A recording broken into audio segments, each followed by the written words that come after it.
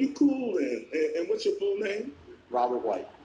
You know they call you the White Shadow. The Globetrotter? No. Oh, yeah, man. Because they said you be in there. You say you march straight right on in there and tell them what's happening. You know? Right. How did you start this project? Well, it started with the viral video on Facebook. Shaq ends up seeing the video, gets involved, comes to Gainesville, surprises me and the kids in this pickup game of basketball. Then the whole world saw it. From there, TV interviews all over the world, people wanting to see more, and decided that since they wanted to see more, that I would go ahead and give them more. I decided to start the Basketball Cop Foundation and decided to start promoting connecting cops with kids in a proactive. Connecting cops with kids. That sounds really apropos. Shaq tried to get me to go to Gainesville, because I'd be juggling, twirling the ball. He said, this is right up your swim lane. I said, no, I don't think I'll be going to Gainesville anytime, but I've changed my mind. So you're coming to Gainesville? I'm coming to Gainesville, and I'm bringing Shake and Bake with me, Frank Streety. Okay. Frank is from Harlem, and he tells a very good story about a young man that needs to be better and how you get better, and also about not smoking cigarettes. What is your plans for the future? Well, to finish out my career as a police officer, I think I have about 8 or 9 years left till I can retire, and hopefully this foundation keeps growing to where I can pick up and do that full time. You have some very interesting insight on how officers and kids and community should react than I heard in your expression. Could you give us a little bit more of that? There's so much tension between law enforcement and the community in this country right now, and particularly with the kids. Yeah. And that's where I'm going to focus.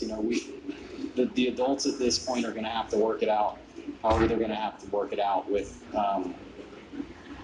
Your program, for some reason, has had a really strong effect on the community and on kids. Can you tell me the reason for that? Well, I think, unless the kids don't trust us for whatever reason, a lot of kids in the community don't trust us. They're scared of us. They see what's on TV. They see what's on social media, and that's all they see. So the only way we're going to change that as police officers is to get out there, get out of our cars, and go interact with them one-on-one. And that's what I've been doing. And by me doing it, it's kind of getting other officers and motivating them to get out there and do the same thing. So you're teaching the kids and officers at the same time? Right. A lot of the newer officers, or even officers that have been around a little while that haven't really consciously thought of the issue and consciously thought of, I'm the only one that's going to fix this issue. Showing them the positive feedback that you get from an officer that's going out and interacting with the youth. They start getting it. And then with the newer officers, for example, this week on a basketball court I built out in Gainesville at a church, I went by there just a few days ago, and there was about 6 or 7 kids out there playing. And I knew my zone partner's a field training officer, and he had a rookie with him. So I called them over so that this rookie from, right training can learn the importance of community policing and interacting with the kids. And we played ball with them for a little while. In Savannah, the Globetrotters have coffee in a cup. And it's merely having people sit down and talk their problems out and see if they can find a solution. And we've been playing 3-man basketball with the kids and gangs, more or less, which is almost a different animal. Right. What do you see for the future of this program?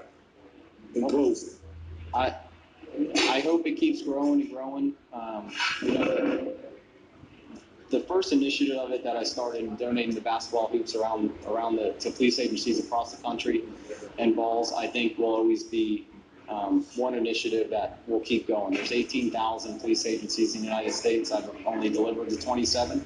So there's a lot of opportunity that can go forever. And right now I'm actually looking at implementing a mentoring initiative to where we connect cops with kids not just on the calls for service or between calls, but to where you get an officer who finds a kid in the community that doesn't have a male figure in their life that's kind of adopts them as a, kind of as a kid of their own to do things with off duty and to build relationships with and be that male figure for that kid going forward. That's something I'm working on now, and with funds permitting, hopefully we'll get that going in the next year or so. So with the retired Globetrotters and retired NBA players, we pledge to help you, and also you can call on Art Against Vengeance. Thank you very much. The White Chateau.